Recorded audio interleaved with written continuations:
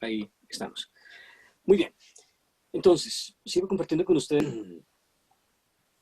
Y pasamos entonces ahora sí a nuestro repaso. Primero que todo, el martes pasado hicimos entonces, aquí está una breve descripción de martes pasado, fueron algunos ejercicios de capítulos 1 y 2. Digo que es repaso de fundamentos, pero con un enfoque que es distinto. Entonces, usted es responsable de esos ejercicios para el parcial 1 y en la clase de los martes. Hoy no. Hoy vamos a hablar de nuestro sexto axioma, el axioma del infinito y los números naturales. Ya teníamos entonces estos axiomas anteriores que habíamos visto, extensionalidad, pares, partes, uniones y separación. Ya teníamos esos 5 axiomas y ya habíamos visto que se podían hacer bastantes cosas con esos 5 axiomas. Muchísimas construcciones finitas, muchísimos A por B, se pueden armar muchos conjuntos finitos. Ya sabíamos armar el vacío, se puede armar el singleton del vacío, el singleton del vacío, el par vacío, singleton vacío, conjuntos con 0, 1, 2, 3, n elementos. Pero hasta el momento, ninguno de los axiomas que teníamos antes nos permitía armar algo como lo que hacemos en matemática común y corriente, como el conjunto de los números naturales. Todavía no tenemos como un sello de garantía de la existencia del conjunto de los números naturales con los 5 axiomas que teníamos. Necesitamos un sexto axioma para eso, que es este axioma del infinito que tenemos aquí. El axioma del infinito nos dice entonces que existe un cierto conjunto, lo llamamos A, tal que el vacío pertenece a A, y además, dado cualquier conjunto X que pertenezca a A, ese conjunto que armamos ahí, X unido singleton X, también pertenece a A. Eso se ve como una especie de formato específico. Lo primero que ustedes deberían señalar antes que cualquier cosa es, un momento, ese axioma usted lo escribió utilizando símbolos que no estaban en el lenguaje original. Ahí aparecieron por lo menos 3 símbolos, exactamente 3 símbolos que no estaban en el lenguaje original. El primero, el vacío. El vacío, el símbolo del vacío, ese no estaba en el lenguaje original. La pertenencia sí, etcétera, etcétera, etcétera. Pero luego, apareció el símbolo de la unión, que tampoco estaba en el lenguaje original, y apareció los corchetes de singleton, que tampoco estaban en el lenguaje original. De modo que un primer ejercicio para ustedes sería, bueno, ¿será que esto se puede escribir en el lenguaje original? ¿O en qué sentido puedo decir que puedo escribir esto en el lenguaje original? Hay 2 respuestas. La primera respuesta es, bueno, pero no estamos en la semana 1, estamos en la semana 3. Y ya en las clases anteriores aprendimos que todas estas cosas las pudimos definir, el vacío, la operación unión y la operación corchetes, que se pueden ver como operaciones matemáticas, así como la suma y la multiplicación. Aquí las definimos y ya están definidas. ¿Pero qué? Hay un pequeño pero con las definiciones de esas 3 cosas, vacío, unión y singleton. ¿De qué dependían esas definiciones? De la pertenencia. Todo depende de la pertenencia, siempre, pero porque aquí pusimos a depender todo de la pertenencia. Pero yo digo que para poder definir bien el vacío, para poder definir bien unión y singleton, dependíamos de saber algo más. No solamente la pertenencia, sino algo más. ¿Qué cosa? La lógica. El axioma de comprensión. El axioma de comprensión, el axioma de separación, para ver que el vacío, por ejemplo, es único. Si no, entonces uno tiene que decir cuál vacío. Si no hay un único vacío, si hay 7 vacíos, entonces toca decir si es el número 2 o el número 5. Si no hay axioma de separación, podría haber 2 uniones, o 3, o 20.000, y varios singleton distintos. Pero no los hay, son únicos. Entonces el axioma de extensionalidad y el axioma de comprensión fueron claves, y también el axioma de pares y el axioma de uniones para los 2 que siguen ahí. O sea, los 5 axiomas, tal vez partes no, aquí no utilizamos partes, pero 4 de los 5 axiomas que habíamos visto están como debajo de esta notación. Esta notación tiene sentido si ya están esos otros 4 axiomas. De modo que este axioma es un poco extraño.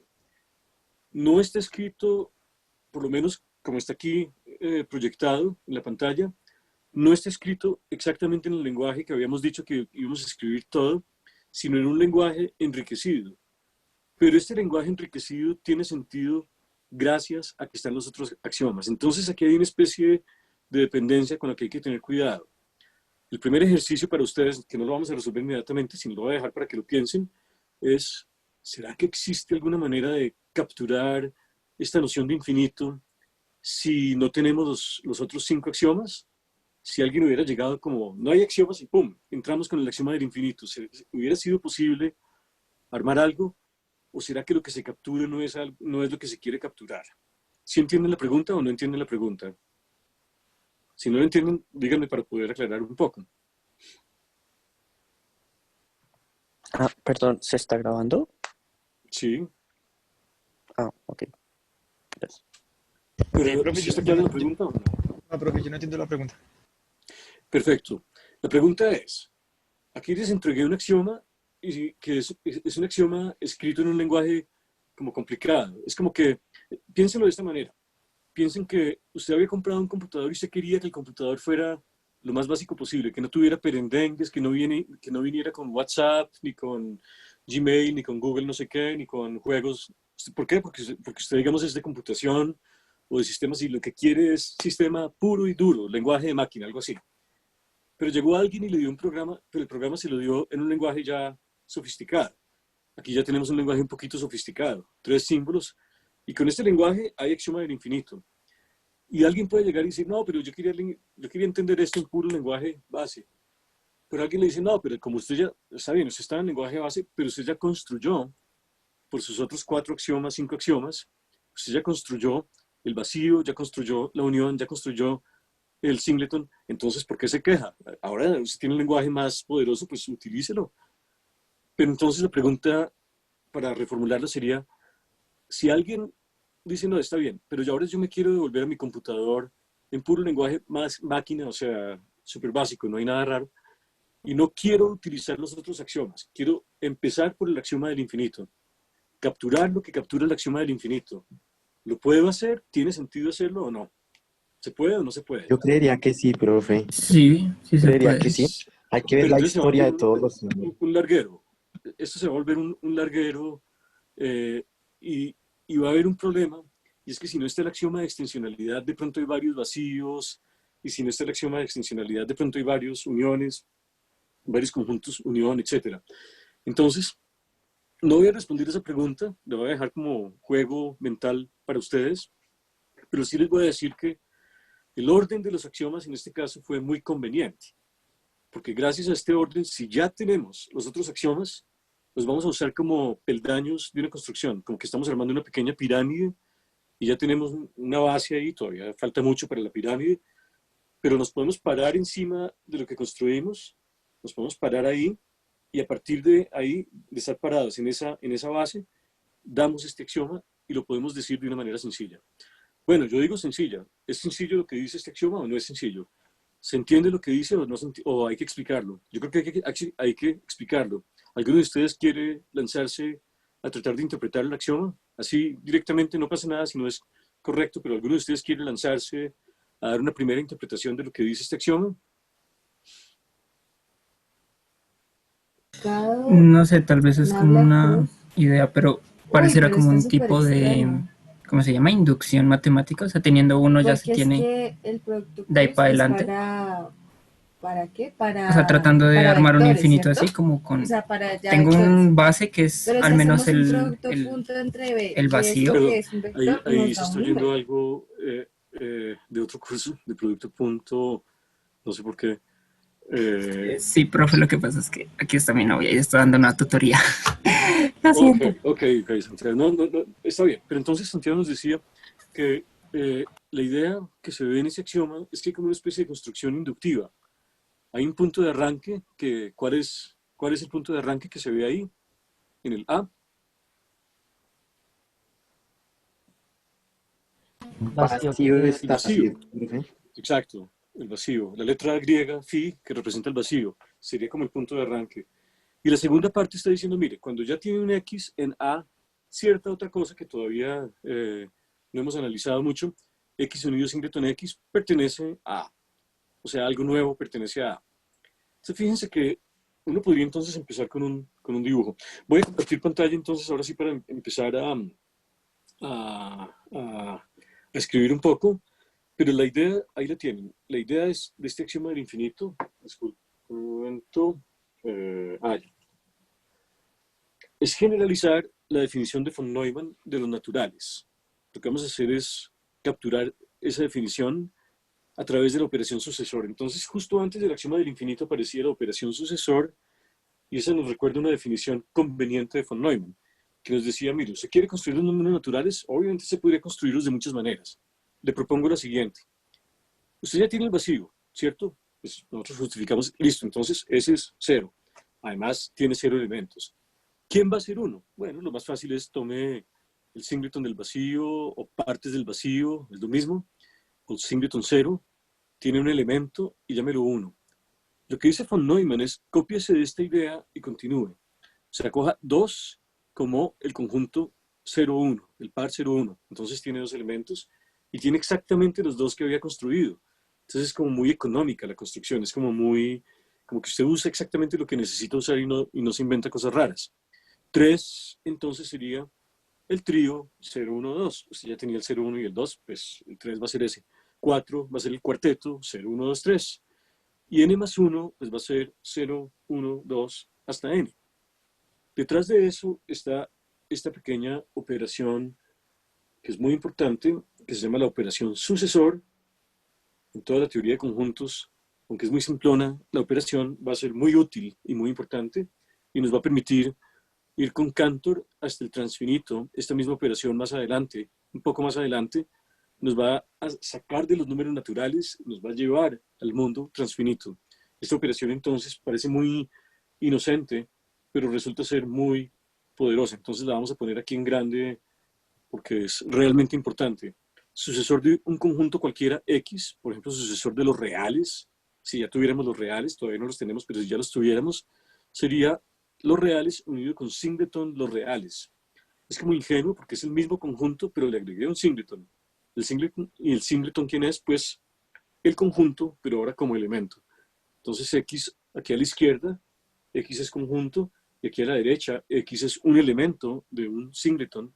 Entonces ese rol dual de X es el que captura la operación sucesor. Esa operación sucesor es entonces la idea básica de esa inducción que ustedes estaban señalando y que el axioma del infinito nos dice, bueno, existe un cierto conjunto donde todo eso se puede hacer. Bueno, voy a dejar de compartir esta pantalla. Paso a compartir mi otra pantalla, la de Exportability. Vamos a ir a... Profe, yo te quiero hacer Aquí. una pregunta. Adelante.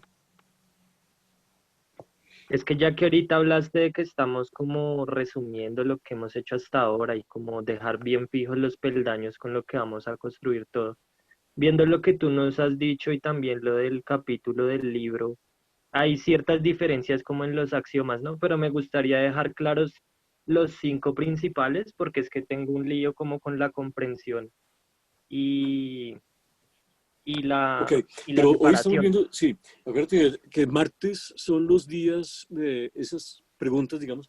Entonces, hoy voy a seguir, porque además, hoy voy a seguir, de vez en cuando me devolveré a cosas, pero lo ideal sería traer preguntas muy concretas para el martes, sobre todos los temas anteriores. ¿Está bien? Sí, profe, pues lo que te decía era, ¿meto la comprensión o la separación dentro de mis 5 axiomas? Esa es como la pregunta concreta. No, los 5 axiomas que hemos visto son los que dijimos, que son extensionalidad, pares, partes, uniones y separación-comprensión.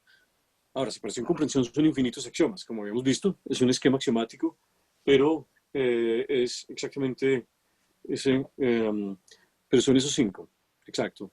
Eso lo es. Pero si tienen preguntas sobre todo lo visto anteriormente, el día privilegiado para esas preguntas es el martes, recuérdenlo. Hoy estamos viendo tema nuevo, digamos. Bueno, aquí teníamos entonces lo que estaba diciendo hace un momento de von Neumann.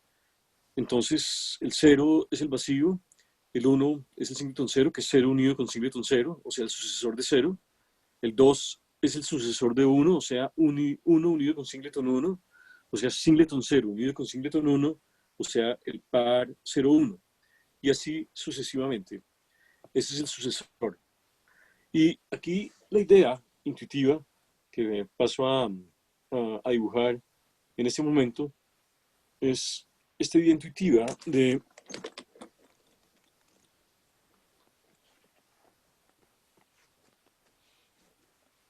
el axioma del infinito.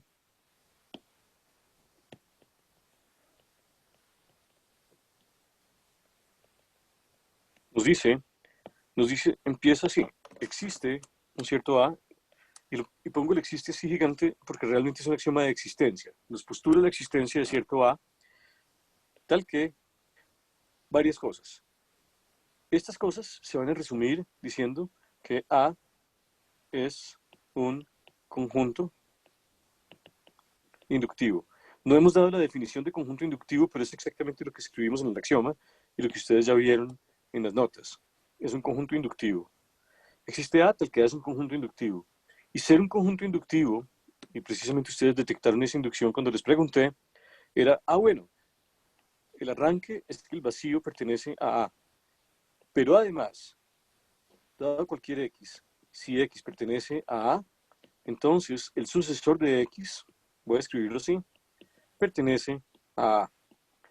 En las notas no lo escribí como sucesor de X, sino como X unido singleton X, pero es que podemos simplemente ahora decretar, definimos, ese de X es por definición igual a X unido singleton X.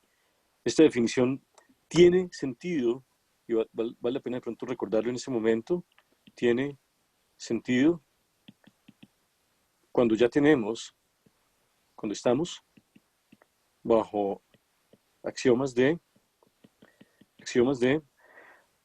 separación, perdón, extensionalidad para la unicidad, separación, comprensión, uniones y pares. Bajo estos axiomas tiene sentido la definición. Si no tuviéramos esos axiomas, la definición no tendría sentido. Pero como ya tenemos esa definición, no hay ningún problema. Enmarcamos todo esto, y lo tenemos ahí listo, y sabemos que tiene sentido. Ups. Sabemos que tiene sentido. Enmarcamos esto. No sé por qué me pasa esto. Y sabemos que tiene pleno sentido. No sé por qué pasa esto que trato de minimizar y no minimiza. Bueno, no importa, voy a dejarlo así. Entonces, tenemos este axioma del infinito. Lo primero es que es un axioma de existencia. Puse ese existencial gigante aquí afuera. El dibujo sería más o menos algo así. El dibujo siempre hay que pensarlo, no lo hice para las notas de hoy, pero lo podemos imaginar así. Nos dice, mire, hay cierto A. Claro, uno podría pensarlo de esta manera, lo puede pensar como diagrama de Venn, o lo puede pensar también como el diagrama primordial que teníamos al principio, en que está solamente la pertenencia y son puros puntos, como una especie de constelación, la famosa constelación. Entonces, si fuera la famosa constelación, nos dice, hay un A, que tal vez lo podríamos poner en este color morado, hay un A por ahí. ¿Y qué propiedades tiene ese A? Mire, que por un lado, el vacío es un elemento de ese A. Entonces, viendo el diagrama de Venn, se vería así.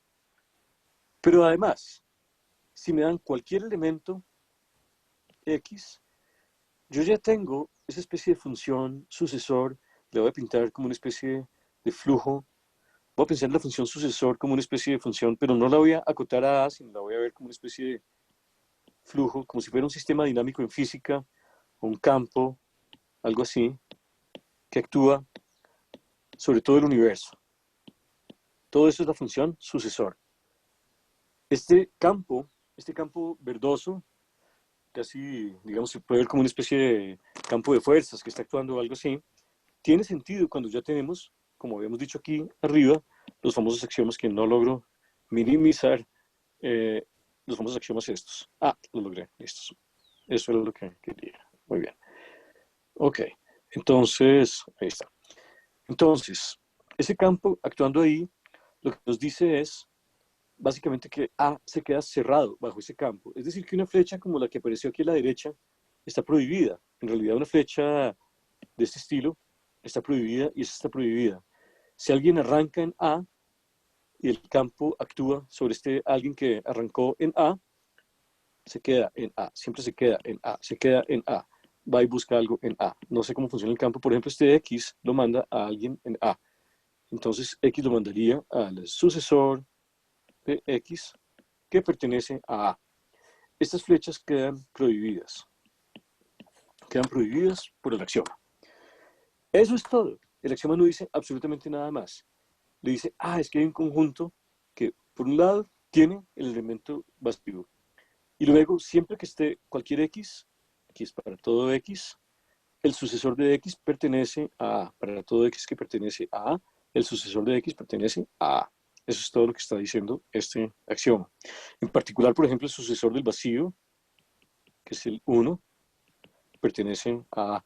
Y el sucesor del 1 pertenece a A, o sea, 2 también y 3, pero en realidad hay que verlo de esta manera. Preguntas sobre esta representación de A, del conjunto inductivo. Profe, una duda. ¿Sí? ¿No quedarían mejor como unas cadenas por lo mismo? O sea, Sí. Sabemos que el sucesor va a formar cadenas y más adelante tendremos más información estructural del sucesor. Forma como unas cadenas. ¿Cuántas cadenas? Dentro de A, ¿cuántas cadenas hay? pues depende, no se sabe. Una infinita, No ¿no? se sabe. Hay una que arranca en el vacío, pero de pronto, fíjense que lo único que nos dice es que todas las cadenas se quedan ahí. Entonces podemos mejorar nuestro dibujo, si ustedes así lo prefieren. Podemos hacer digamos que esta es como la versión 1.0 de nuestro dibujo. Ahora vamos a hacer la versión, ¿cómo la llamamos? 2.0 o, bueno, pongan 2.0. Está el A por ahí. Y teniendo en cuenta la observación, está el vacío. Y pensemos un poco en cómo funciona ese flujo ahí. El flujo, digamos que viene de afuera, sigue funcionando afuera, pero dentro de A termina formando unas cadenas que nunca se salen de A. Ahora, lo que pasa es que ¿cuántas cadenas son? ¿Una sola? ¿Dos? ¿50? ¿Cuántas son? Infinitos. Profe, por el axioma al menos sabemos que hay una, pero puede haber Exacto. más, ¿no, profe? El axioma nos dice hay por lo menos una, pero podría haber 2, podría haber 5, podría haber infinitas, no lo sabemos, no sabemos. Pero la estructura de A es que todo va formando estas cadenas y nunca se salen. Les voy a hacer una pregunta un poco más mañosa. ¿Existen esas cadenas que tenga también puntos suspensivos a la izquierda, como esta? ¿Existe alguna cadena que venga del infinito a la izquierda o no? No lo sabemos. Profe, puede ser. Todavía no lo sabemos. De pronto sí, de pronto no. Más adelante el axioma lo va a prohibir, pero de momento todavía podría pasar algo así. Lo que sí pasa, y lo vemos con los naturales, es que sí, esas cadenas siguen hacia el infinito ascendente, claro que siguen hacia el infinito ascendente, todas estas cadenas. Bueno, eso es todo lo que dice el axioma del infinito, pero fíjense que ya dice mucho. En realidad está diciendo una cantidad de cosas. ¿Sí? Una pregunta, uno no podría decir como que el vacío no es sucesor de algún conjunto para eliminar esos puntos suspensivos. De pronto para el vacío sí, porque el vacío sabemos que no puede ser el sucesor de nadie. Digamos que el vacío es distinto del sucesor de X para cualquier X, porque el sucesor de X es X unido singleton X. En particular uno sabe que X siempre pertenece al sucesor de X, de modo que el sucesor de X no es vacío. Eso nos diría que esta segunda cadena no tiene puntos suspensivos a la izquierda. Pero estas son cadenas distintas, no sabemos quién está ahí. Recuerden que estamos un poco como nuestros ancestros, o como uno mismo cuando mira el cielo y no conoce bien todas las constelaciones, está encontrando algo de estructura ahí, pero en realidad no sabemos mucho todavía. Entonces, de pronto podría pasar que en alguna otra zona pasara algo así, que si hubiera unos puntos suspensivos a la izquierda. Lo que sí sabemos es que en esta cadena del vacío no la hay. Aquí sí no hay nadie, que no hay ninguna no es el sucesor de nadie. Entonces lo podemos pintar así. No hay nadie cuyo sucesor sea el vacío. Ahí sí se detiene la cosa, ¿de acuerdo? Bueno, entonces ahí ya tenemos nuestro A, la versión 1 era simplemente el flujo, la versión 2 ya tenemos un poco más de información estructural. Uno podría hacer también la versión digamos, como a la izquierda, aquí en esta parte del diagrama. En esta parte del diagrama lo podríamos ver también como... lo que pasa es que aquí es más difícil verlo, pero uno podría intentar. Quiere decir que el vacío pertenece a A, entonces aquí está el vacío pertenece a A. Pero además está la siguiente propiedad. Si un cierto X pertenece a A, entonces el sucesor de X pertenece a A. Lo voy a dibujar así esquemáticamente solamente. Para todo X, si X pertenece a A, entonces el sucesor de X pertenece a A. Y voy a poner ese entonces como una flecha de este color. Entonces, si hay flecha roja de este X a A, entonces hay flecha roja del sucesor de X a A. Y pues obviamente, como es un para todo, entonces ustedes saben que ahí en realidad va a haber mucho más en el diagrama. Va a estar el sucesor del sucesor, etcétera, etcétera, etcétera, pero no digo nada más. El axioma lo represento solamente así. ¿Cuál representación es mejor? ¿La tipo diagrama de Venn o la del diagrama de pertenencia a la izquierda? Esta a la izquierda era la pertenencia. ¿Cuál representación es mejor? ¿Cuál es más informativa? La de Ben. Pero Tal para, vez, ¿cierto? para mí las dos son como complementarias. O sea, yo entiendo bien con las dos, con una sola no. Entonces, Es que creo que hay propiedades de que una no explica mejor que la otra. hay propiedades que siempre pasa que en matemáticas a veces alguien puede decir, no, yo entiendo es con la de Venn. Otro puede decir, no, yo entiendo es con la otra. O a veces puede pasar que uno diga, no, es que yo veo algunas cosas estructurales en este diagrama de Venn, pero veo otras propiedades aquí y de pronto veo otras en la expresión, en esta expresión formal, en la expresión formal con el existencial.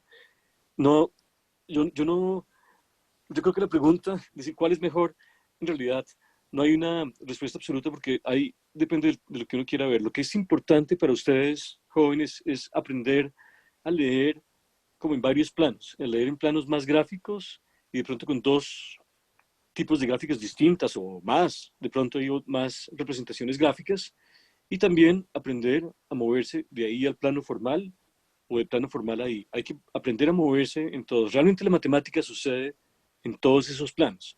Uno tiene que poder escribir el plano formal y a veces uno pide realmente escribirlo en plano formal, pero a veces uno tiene que poder razonar de esta manera también. Bueno, nos devolvemos entonces a nuestro texto, porque ahora sí entonces el siguiente punto es que un conjunto se llama inductivo y esa es la definición, pues es un conjunto exactamente como el A de antes. Entonces el cero pertenece ahí o el vacío pertenece ahí y para todo X que pertenezca ahí, ese de X pertenece ahí. O sea, ya los conocemos, ahí no hay novedad. Y el axioma del infinito, ahí está dicho. Pero luego, y esto sí es muy importante, aparece la definición de los números naturales. Y fíjense esta definición, no sé si es lo mismo que ustedes habían visto en fundamentos. Esto quedó como chueco aquí. Curioso. Bueno, no importa. Qué curioso. Ok, listo. No importa, ahí está. Esa es la definición de los números naturales. ¿Qué son? Son aquellos elementos de A, pero ¿quién es A? A era el famoso A, el que nos dijo el axioma del infinito que existía. O sea, el del dibujo este raro que hicimos, ese mismo famoso A es el que vamos a hablar, y de ahí vamos a extraer los naturales. ¿Cómo los extraemos? Pues aquí nos dan una definición un poco mañosa. Son aquellos que pertenecen a todos los conjuntos inductivos y lo primero es que, antes de entrar a mirar qué quiere decir, lo primero es si esta definición está bien legalizada, digamos, está dentro de lo que puede, digamos que si fuera código y nuestro programa de computador está escrito y los axiomas permiten decir que eso existe, ¿aceptaríamos o rechazaríamos esa expresión? O ¿Usted aceptaría o rechazaría? Si usted fuera muy ñoño, muy estricto con el código y los axiomas y todo, ¿usted aceptaría o rechazaría esta afirmación? Creo que tengo una pregunta. Pues es relacionado con lo que acaba de decir. Sí, Digamos, pues en el axioma del infinito decimos que existe un conjunto inductivo, que es A, ¿cierto? sí. Pero no me queda claro es porque ya entonces en la definición que viene de los naturales ya hablamos de A como el conjunto inductivo. O Bueno, sea, ¿cómo es que sí, podemos decir que existe esa un es una, único conjunto la primera inductivo? pregunta, si les devuelvo la pregunta a ustedes. Esto empieza con A. ¿Por qué? ¿Por qué necesitamos ese A? No podríamos simplemente decir X, tal que X pertenece ahí para todo conjunto inductivo. Necesitamos este A. Por el axioma de comprensión, porque debe haber ya un conjunto. Recuerden que el axioma de comprensión nos permite separar de un conjunto que ya tengamos. Entonces, nos toca amarrarnos de algo. Si no, entonces no tenemos dónde ir a buscar. Bueno, esa parte entonces va a ser realmente por el axioma de comprensión, pero por el formato que nos exige. Es como una cosa de formato. Pero es un formato, es importante. Hay que tener ya el A para poder separar de ahí. ¿Y qué separamos? Ahora lo que está aquí a la derecha es toda esta propiedad, digamos, aquí. X pertenece ahí para todo conjunto inductivo. ¿Y esto de aquí lo podemos escribir o no? ¿Tiene sentido? O sea, es una fórmula. Sí, con un para todo y, ¿no? Exacto. Hay un para todo y está la definición de conjunto inductivo. La definición de conjunto inductivo, ¿dónde estaba? Ah, está aquí arriba. Nosotros la dimos también, pero está aquí arriba de la página. La definición utilizó algo como venga otro curso, utilizó teoría de grupos, teoría de Galois, topología, análisis. ¿Utilizó epsilon delta en alguna parte o no? La definición de conjunto inductivo. Solo lógica, No, profe. todos son los de lógica y No, pura lógica y teoría de conjuntos. Entonces no hay ningún problema. Es de las definiciones que podemos usar. De modo que el formato de este N es exactamente una aplicación del axioma de comprensión, pero el axioma de comprensión siempre tiene que ir amarrado a un punto en el que uno separa. Recuerden que el dibujo del axioma de comprensión era, ya tiene el A, tiene una cierta propiedad, tiene los que cumplen la propiedad, entonces usted separa de ese A los que están en A y cumplen A. Ese es el dibujito del axioma de comprensión. Bueno, aquí lo aplicamos entonces con ese A, exactamente, lo aplicamos con este A.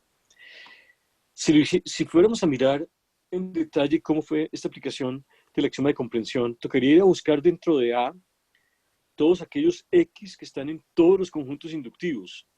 ¿Quiénes quedan? Después de ir a pescar esos X, los que están en todos los conjuntos inductivos. Entonces, recuerden que el conjunto inductivo son dos cosas, que el vacío pertenece a I y que si X pertenece a I, entonces el sucesor de X pertenece a I. Este es un conjunto inductivo arbitrario. ¿Quiénes de estos X de este A que tenemos dibujado ahí definitivamente pertenecen a todos los conjuntos inductivos? ¿Quiénes? La cadena del vacío, o sea, la correspondiente. Exacto. Primero que todo el vacío. El vacío pertenece a todos pues porque es el primer punto de la definición. Entonces este lo aseguramos. Pero la cadena del vacío toda queda, por la definición de conjunto inductivo, toda queda también. Entonces aquí va quedando todo. Y alguien que esté ahí afuera, como este de aquí, por ejemplo, este punto, ¿está en todos los inductivos o no? no necesariamente. Bueno, pero entonces si no es ¿por qué no? Si no está en la cadena, ¿cómo podríamos armar un inductivo que no tiene a este conjunto, digamos, A? ¿Cómo podemos armar una Tomando solo cadena de que base no... al vacío, profe. ¿Perdón? ¿Cómo? Tomando solo de base al vacío, solo tomando de base al vacío. Y como no viene de la Exacto. cadena del vacío, no pertenece. ¿Puede Tal repetir vez la el pregunta? punto clave, a ver, es que esta cosa que dibujé aquí en anaranjado ya es un conjunto inductivo. Esto es inductivo. Lo que está pintado aquí en naranja es un inductivo.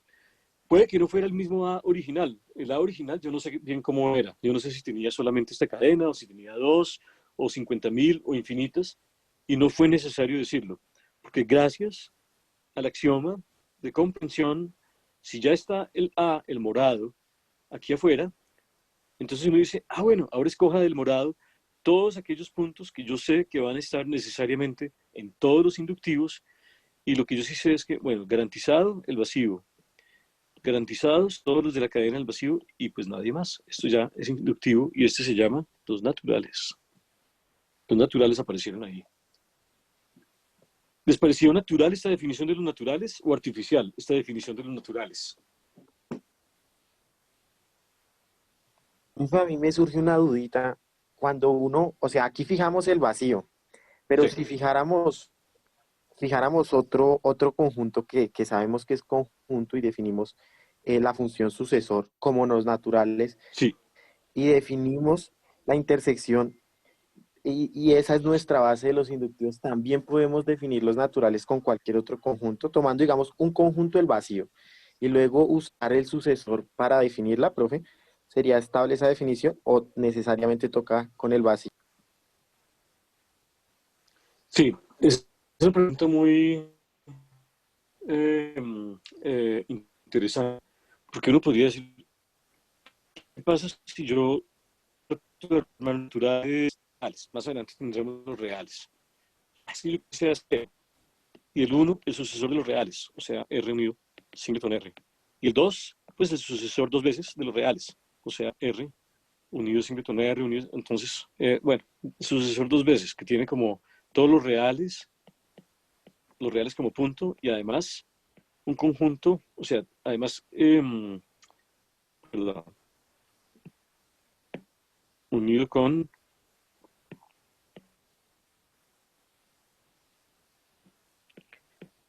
un poco complejo. Y luego el sucesor tres veces de R, etc. Entonces, esto no es un punto inductivo. Si tomamos todos los sucesores, esto es... Ah, no es un conjunto inductivo. Dije una bobada, porque no está el vacío. Lo que amarra las cosas para que sea conjunto inductivo es que también tiene que estar el vacío. Pero si está el vacío, está también el 2 y está también el 3. Fíjense que ya quedan dos cadenas. La pregunta es de pronto si uno quisiera quitar que esté el vacío y diga, no, arranque con alguien, arranque con un A, con los reales, por ejemplo, y siga. Y me pregunta si es estable esa definición. Bueno, como definición, sería como otra copia natural. Uno podría identificar, llamar este de aquí 0, llamar este 1, llamar este 2, llamar este 3, etc. Lo pongo entre comillas. Sería como una cosa parecida a los naturales en cierto sentido, tendría muchas de las propiedades de los naturales, pero este conjunto no es el vacío, este conjunto tiene muchas cosas, entonces sería extraño, sería como un cero que tiene muchas otras cosas. La respuesta rápida a su pregunta es que no es muy económico hacer eso, no parece muy, digamos, lo más económico de todo es arrancar con el vacío. Arrancar con el vacío es lo más económico de todo, es lo más sencillo de todo. Uno podría llegar hasta cierto punto con esos otros, como con esos naturales paralelos que los tiene ahí, que sería como una especie de cadena paralela dentro de este A, distinta de la original. Lo que hace que la definición nuestra amar entre los naturales es que el vacío tiene que estar en todo. Eso es lo que hace que se amarre realmente la definición. ¿Sí?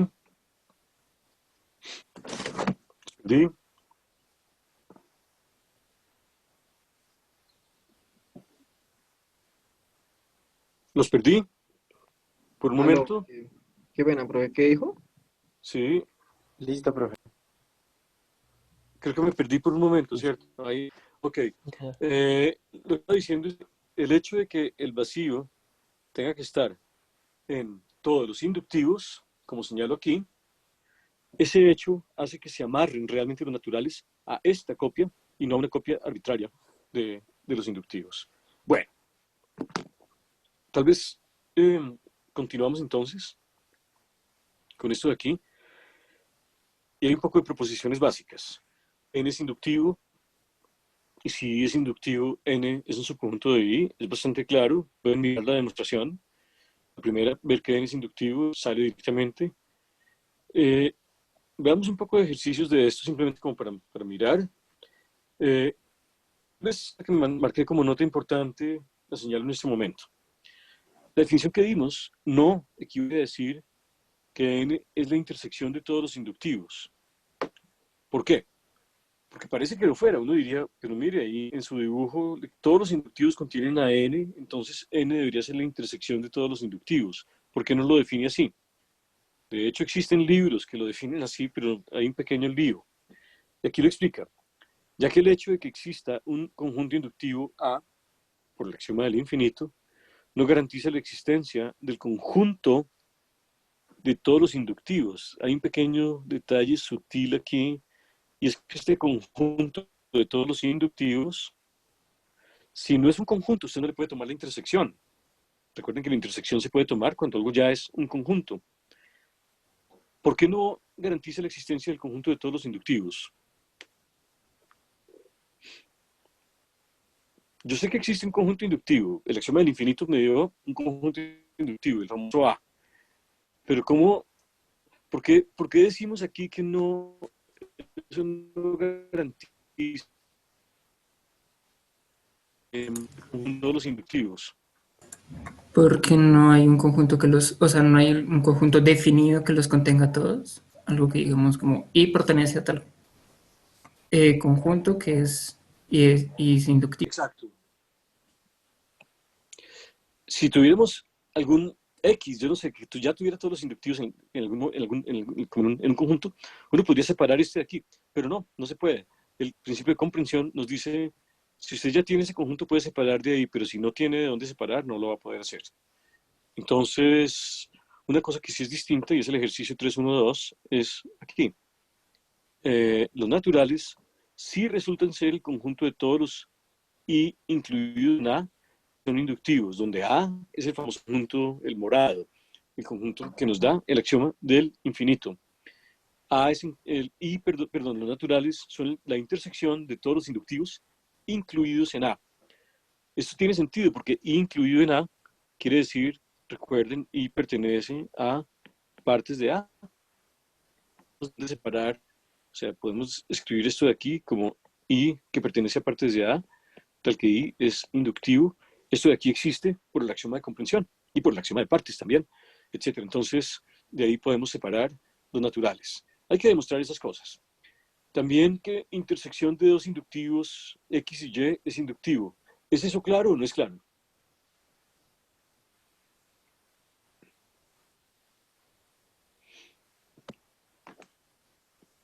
Ver que la intersección de dos inductivos es inductiva. Y también una intersección de una familia de inductivos arbitraria es inductiva, una familia no vacía. ¿Por qué? Pues ahí estaremos asegurando que... Vacío está en todos, o sea, para todo Vacío I, está en todos. Entonces ahí arrancamos bien. Y ahora, si X está en todos, si X está en la intersección de todos los X y que son inductivos, Entonces está en cada uno. ¿qué sabemos? Y entonces, Que para todo, de X, para que todo O sea, que X para está en todo, todos y por lo tanto la asociación está en todos. exacto. Entonces el sucesor está también en todos. Y listos. Acabamos de probar que se cumple. De modo que intersección arbitraria de familia no vacía, de inductivos, siempre es inductivo, que es más o menos, eso corresponde un poco a lo que estábamos viendo aquí. El n realmente resultaba ser la intersección de todos, pero uno podría tener otro inductivo que son, por ejemplo, no sé, estos dos, otro inductivo podría ser estos tres, otro inductivo podrían ser los dos de arriba y esta zona de aquí, etc. Hay muchísimos inductivos dentro del A, pero la intersección de todos es igual al famoso n. Bueno, entonces ahí tenemos un poco más de información sobre los inductivos y llegamos a nuestros principios de inducción. Entonces, inductivo, inducción, ustedes ven que estamos como dándole vueltas a lo mismo. Ustedes podrían decir, uy, pero ¿qué pasó? Estábamos hablando del infinito y ahora nos bajamos aquí a los naturales, nos bajamos a primer semestre fundamentos, pero lo que estamos haciendo en este momento va a ser un peldaño muy importante para pasar al transfinito un poco más adelante. Entonces hay que hacerlo con cuidado. Lo que vamos a hacer es una cosa que ustedes van a notar que va a ser muy poderosa.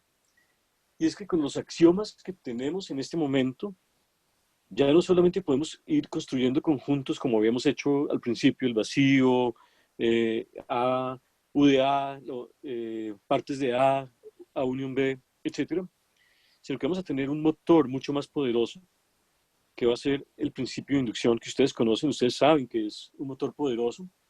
Pero lo que vamos a ver es que con lo que tenemos, ya ese motor está. Es es como cuando usted compra, digamos que el hecho de haber instalado en su computador el axioma del infinito y de haber metido ese conjunto inductivo y entonces los naturales y todo eso, no, va a venir con consecuencias interesantísimas porque va a querer decir que su computador en realidad adquirió una especie de super software que le permite hacer una cantidad de cosas. De hecho, la analogía va más allá. Realmente el computador, y sería muy interesante que alguno de ustedes viera alguna vez la manera como se arma matemáticamente un computador.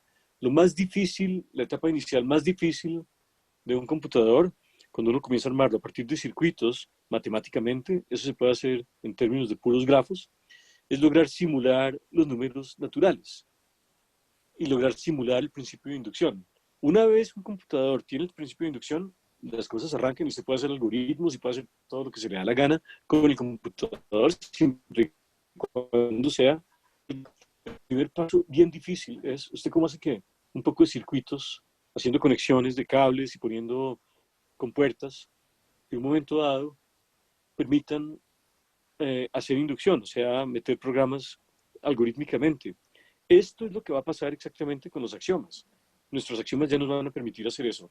De modo que lo que viene aquí, yo lo voy a ir pasando aquí, pero es un poco, va a ser muy poderoso y es delicado en el sentido de que es algo que ustedes ya saben, entonces está el peligro de decir, yo ya lo sé, entonces lo que hay que pensar es más bien que se está como diseñando una máquina, solo que nuestra máquina pues no es un computador en el sentido tradicional, sino es el universo conjuntístico. Y esa máquina, lo que vamos a ver en ese momento es que esa máquina ahora sí tiene inducción. Eso va a ser una cosa muy importante. Aquí nos dicen, la proposición 315 tiene como consecuencia importante el llamado principio de inducción matemática. Recordemos que era la 315. La 315 era N es inductivo. Eso ya lo sabíamos. Pero además todos los inductivos están incluyen a los naturales. Este hecho resulta capturar lo que ustedes habían dicho que hacía el famoso axioma del infinito. Pero entonces lo vamos a ver ahora sí como el principio de inducción matemática y vamos a empezar por el más clásico de todos. ¿Por qué me devuelvo a algo tan básico para ustedes? Primero, porque lo vamos a demostrar bien de nada. Vamos a ver qué alcance tiene realmente. Pero más importante, porque lo vamos a generalizar y lo vamos a llevar a lo transfinito más adelante. En pocas semanas estaremos llevando el principio de inducción matemática ya no a los naturales, sino a todos los ordinales.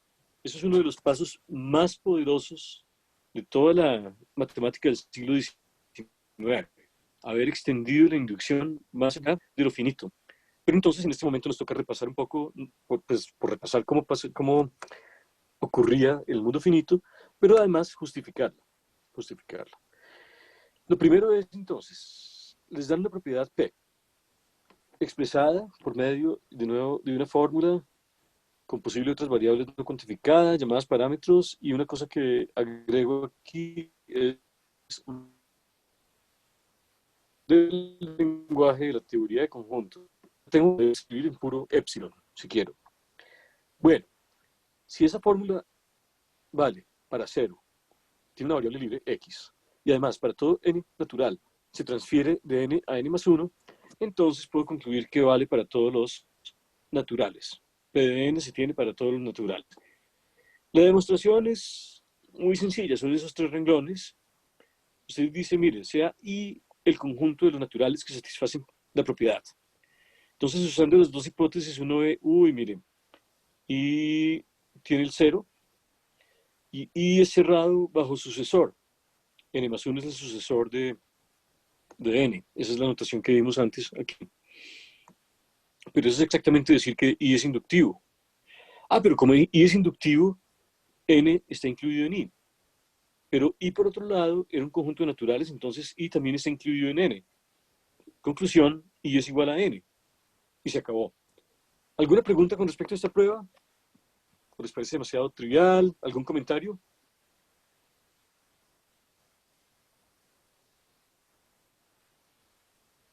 Profe, yo he escuchado que hay algo que se llama la doble inducción o la enésima inducción. Así Sí, se puede generar, digamos, como un producto, como sí, digamos, sí. La para el doble N, para el inducción, M, para...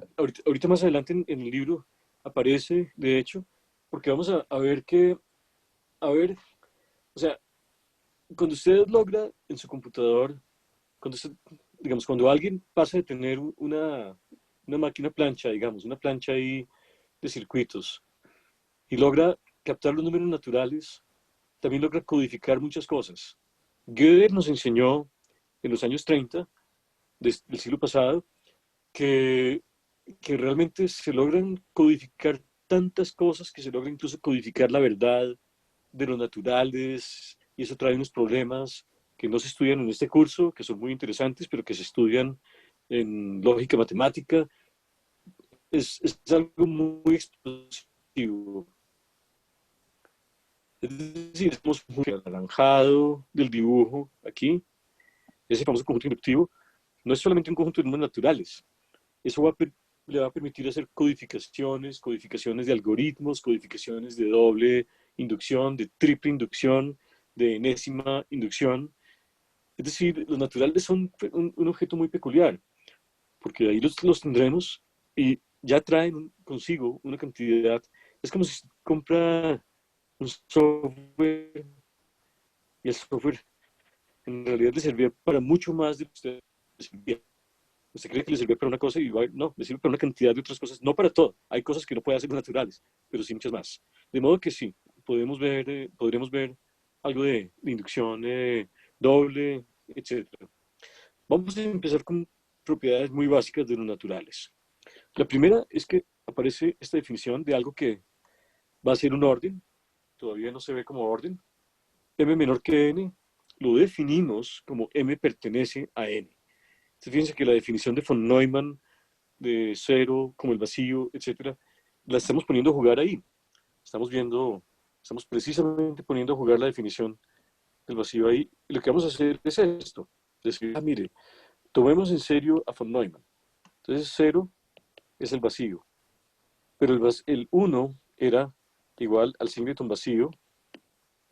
Pero cero pertenece a 1. Pero cero pertenece a 1 y mire, 1 pertenece a 2.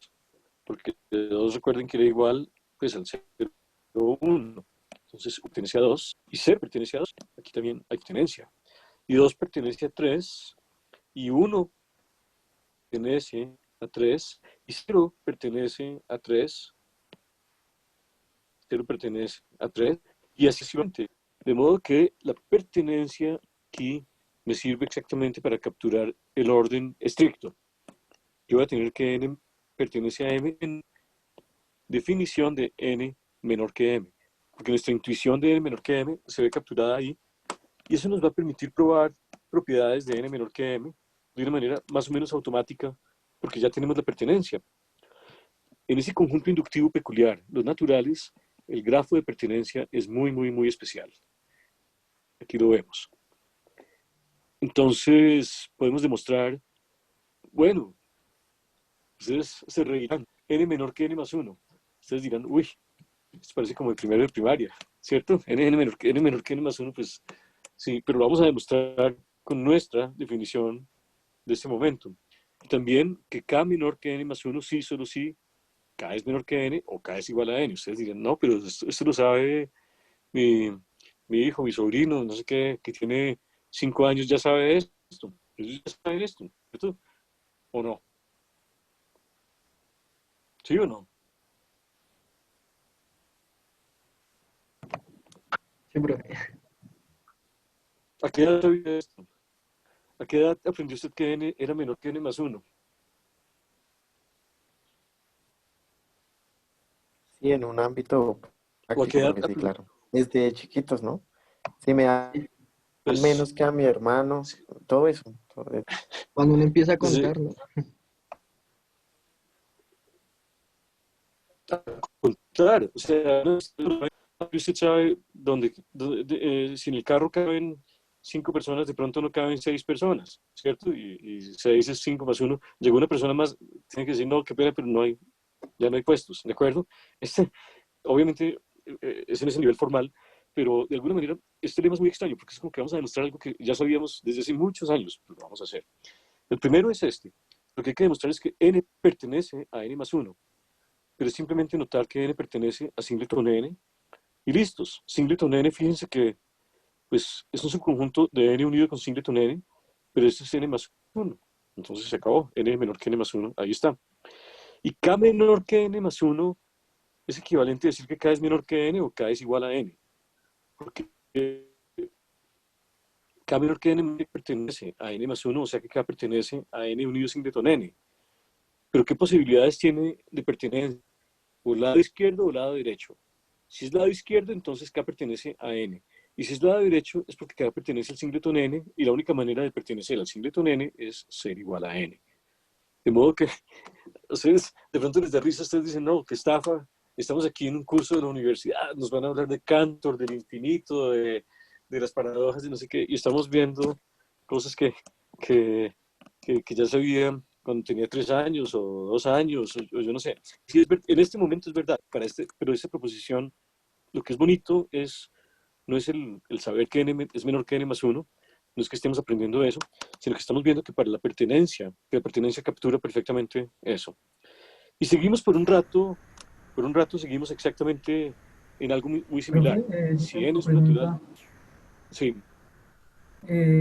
Antes en el lema, ¿cómo está, o sea, cómo se define esa suma de conjuntos? ¿Cuál suma de conjuntos? O sea, cuando dice que n es menor que n más 1, o sea, Bueno, ¿cómo sí. el n más 1 Eso cómo es está definido como? una abreviatura. Todavía yo no sé sumar. Esa es una buena pregunta, porque uno podría decir, ¿a qué horas metió la suma? Un momento, estamos hablando de pertenencia, contenencia, ¿a qué horas apareció la suma? Esa sería una buena objeción, ¿cierto? O sea, en ninguna parte hemos hablado de suma, y entonces ¿en qué momento apareció la suma? Sería como lo más. Pero aquí está, es una notación. No estamos sumando cualquier cosa, estamos solamente sumando 1. Más adelante, el principio de inducción nos permitirá pues, armar la suma, como sabemos y como repasaremos, pero de momento, donde dice aquí n más 1, en realidad estamos abreviando n unido singleton n, o sea, S de n. ¿De acuerdo? Gracias. Entonces, de momento es casi una cosa de notación. Eso es un punto importante, gracias por señalarlo, porque no es que estemos sumando de verdad, estamos sumando 1. Eso no quiere decir saber sumar cualquier cosa, todavía. Más adelante sí. Bueno,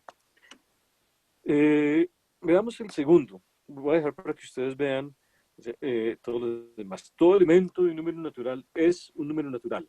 El primero es si n es un número natural, entonces n es igual a 0 o 0 menor que n. Entonces 0 es para todo n. Se tiene que n es el conjunto de los predecesores. Eso ya lo sabemos en los ejemplos que vimos, como 5 es igual a 0, 1, 2, 3, 4, por ejemplo. Pero aquí lo podríamos probar en general. Lo que vamos a hacer es pruebas por inducción. Estas 4 se demuestran por inducción, por principio de inducción matemática. Entonces vamos a demostrar. Y vamos a hacer la 2. Cuidado, vamos a hacer la prueba de 2 y lo puedo escribir entonces como todo elemento de un número natural. Si alguien es porque K también es un número natural. Entonces, una manera de leerlo es que todo natural tiene esa propiedad. Para todo n que pertenece a n, se tiene que para todo K, si K pertenece a N, al natural, entonces K pertenece al N de los naturales. Ahí hay dos Ns que hay que especificar, N minúscula y N naturales. Pero fíjense que eso ya nos pone en una posición donde el principio de inducción matemática se puede aplicar porque estamos tratando de ver que todos los naturales tienen una propiedad. Entonces, en K, que es la derecha para todo N en N, yo todo esto lo puedo encapsular como una propiedad que llamo P de N. Lo que tengo que probar es entonces que para todo N en N, P de N. Es lo que tengo que probar. Y para eso, pues, es como razonable usar el principio de inducción. El primero, P de 0. Vamos a ver que se tiene P de 0. O sea que para todo K que pertenece a 0, K es un número natural. Pero como el 0 es vacío, P de 0 se cumple trivialmente, porque es para todo K que pertenece, ese K tiene cierta propiedad, pues siempre va a tener la propiedad arbitrariamente, entonces P de 0 se cumple trivialmente. Y ahora entonces hacemos el paso inductivo y es tomar un N que cumple P de N. La hipótesis de inducción es entonces precisamente P de N, esto es P de N, es la hipótesis de inducción. Para todo K, K pertenece a N, implica que K es un número natural. Y hay que ver que P de N más 1. Pero P de N más 1 lo podemos escribir, quiere decir, reemplace N por N más 1, es que todo elemento de N más 1 es un número natural. Y aquí entonces abrimos N más 1. Recordamos que N más 1 es N unido Hamilton N. Lo abrimos. El K que pertenece a N más 1 tiene dos opciones. En una unión, o está en el lado izquierdo o está en el lado derecho.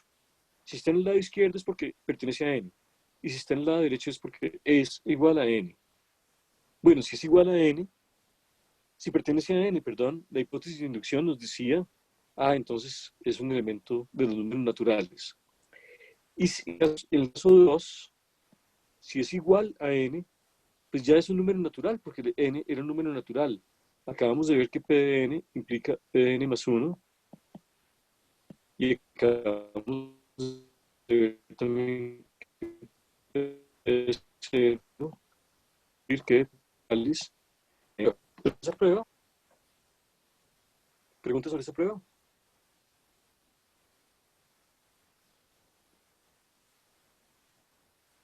Debería ser completamente clara, ¿cierto? ¿O no?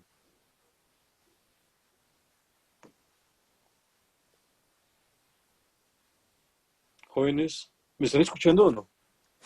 Sí, profe. Ok. Bueno, la prueba parece un poco como de primer semestre, pero yo pienso que es importante repasarle y sobre todo saber que va a haber más cosas así.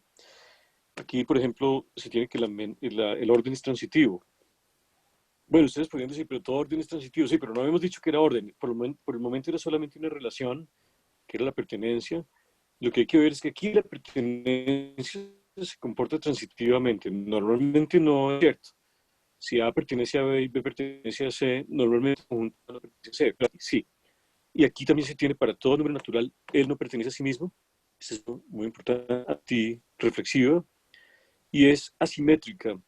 Si M es menor que N, entonces no es cierto que N sea menor que M. M más 1 es menor que N, o M más 1 es igual a N. Entonces, aquí hay transitividad, fíjense, por inducción, pero por inducción, ¿cómo es la cosa? Sobre un N se prueba por la propiedad P de N, que es K menor que M y M menor que N, entonces K menor que N. Y se va con el N naturales, entonces finalmente queda que para todos finalmente queda eso, pero porque estamos utilizando que todos los elementos de naturales también son naturales. Bueno, de nuevo, decir es trivialmente cierta porque estamos hablando de cosas menores que 0. Y el paso inductivo aquí es interesante. Tomamos un N natural y partimos de la hipótesis de inducción, pues volver a escribir K menor que M y M menor que N, entonces K menor que N. Que recuerden que la inducción es sobre N. Y ahora tenemos P de N más 1, eso quiere decir cambiar en lo anterior N por N más 1. Y ahí de nuevo vamos a mirar qué pasa. K menor que N más 1 la integrante es m menor que n más 1, pero nosotros ya teníamos que eso quiere decir, es que m menor que n o m es igual a n. 1, si m menor que n, la hipótesis de inducción aplica directamente, k menor que n. Caso 2, k igual a n, entonces hay que ver que k es menor que m. Si m es igual a n, hay que ver que k es menor que m, pero como k era menor que m y m es igual a n, ahí ya se tiene. De modo que por inducción ya se vio la transitividad.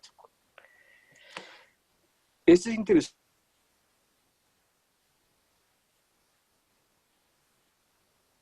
Hay que ver que ninguna, tu primero es que pero eso es porque aquí arrancar el vacío. Creo que los perdí. Sí, profe, se le están recortando bastante.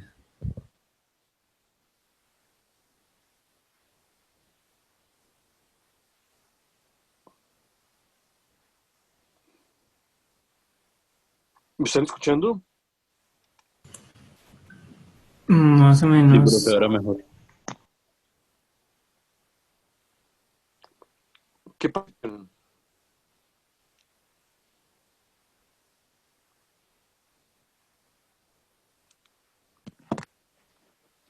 ¿De qué parte se perdieron?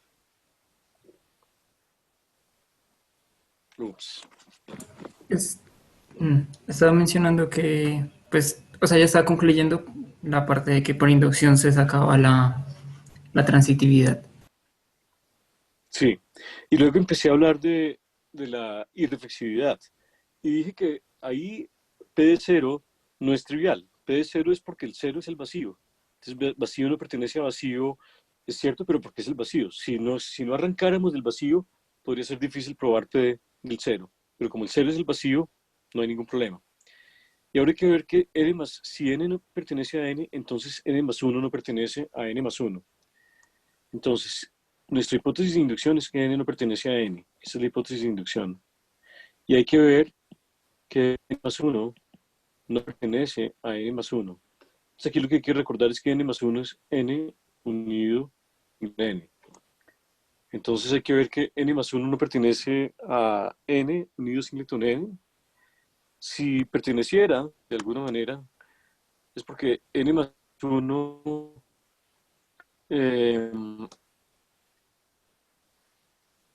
digamos que es menor que n, o n más 1 está n. Si n más 1 fuera menor que n, nosotros ya habíamos demostrado antes que n era menor que n más 1. Nos quedaría n menor que n más, concluir. Menor que n contradice precisamente querría decir que n pertenece a n, pero eso contradice la hipótesis de C. Que el momento aquí es más sutil. Tal vez lo voy a escribir con más cuidado. Lo voy a escribir con más cuidado aquí en esta hoja. Vamos a ver, por inducción, que n no pertenece a n, mejor dicho, que n no es menor que n para todo n en los naturales. ¿Está bien? ¿Me están siguiendo? Confirmen, por favor. Sí, profe. Sí, señor. Bien. Profe, una pregunta. Entonces, Para todo x de n, entonces, vamos a ver P de 0. P de 0 quiere decir 0 no menor que 0. O sea, quiere decir que el vacío no pertenece al vacío. Pero eso se entiende porque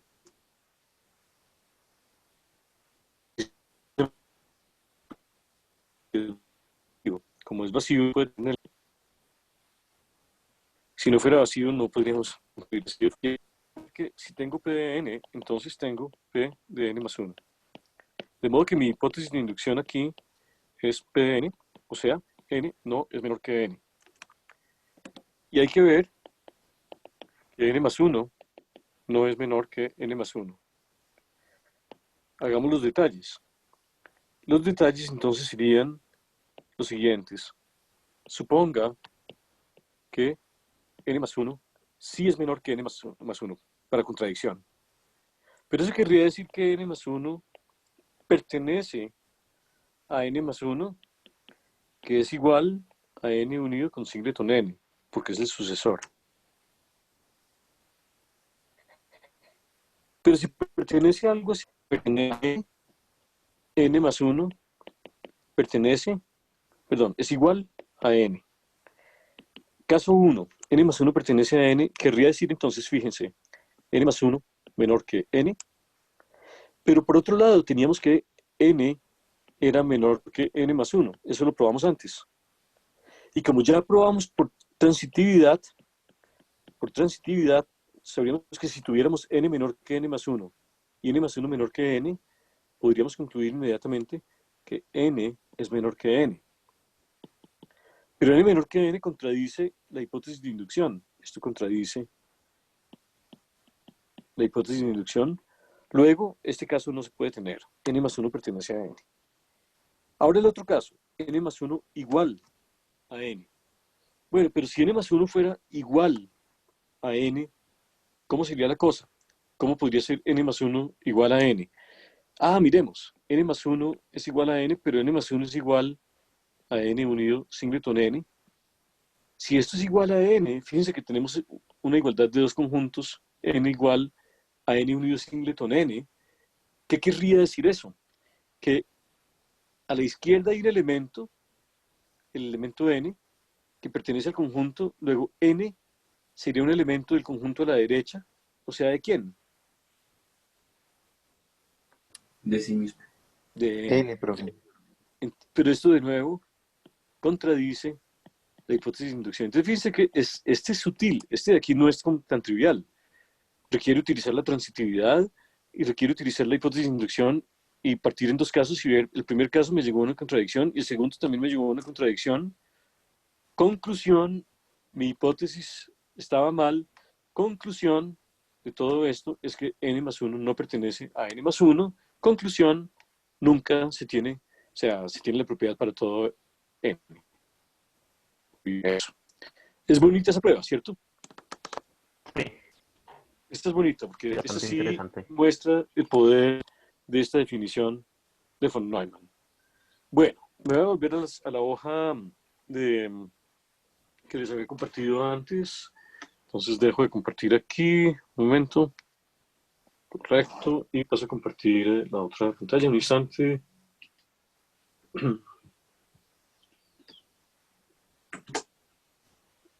Ok, ahí lo tienen, ¿cierto? Esta hoja tiene entonces el resumen de lo que hemos hecho hoy. Tenemos propiedades inmediatas, demostramos el principio de inducción matemática, P y M, y digo aquí, muchas propiedades básicas las demostramos o las debe demostrar usted. Aquí repaso rápidamente, n menor que n más 1, eso era fácil. K menor que n más 1, sí, solo sí, K menor que n o K igual a n. Dado n natural, n igual a 0 o 0 menor que n. Todo elemento de un número natural es un número natural. Y dado cualquier n, n es 0, 1 hasta n menos 1. Todo elemento de n es subconjunto de n. Eso también es cierto, eso lo demostramos ya. El orden menor que es transitivo. Dado n, n no pertenece a n, ahí vamos. También es asimétrica, lo deben demostrar ustedes. Dados m y n, m menor que n implica m más 1 menor que n, o m más 1 igual a n. K menor que n más 1, sí, solo si K menor o igual a n, etc. Nos queda faltando la tricotomía del orden. La tricotomía del orden va a ser muy importante en subir a ordinales. Pero la tricotomía la voy a emplear ya hablada solamente. La tricotomía dice, ¿sí me están escuchando? ¿Sigue entrecortado el audio? ¿O está? Ya mejoró. Sí, mejoró bastante, profe. Entonces, la tricotomía es n y m, o n menor que m, o n igual a m, o m menor que n. Eso parece muy básico, pero es algo muy importante. Esa tricotomía hay que demostrarla también. Voy a pedir que ustedes lean la demostración de esa tricotomía Y si tienen preguntas para el martes la podemos discutir, Bueno, ¿qué hicimos hoy realmente? Vamos a hacer una especie de resumen. El resumen ya está hecho para ustedes en esta hoja, ¿de acuerdo? Este es el resumen de digamos, de lo que se hizo hoy.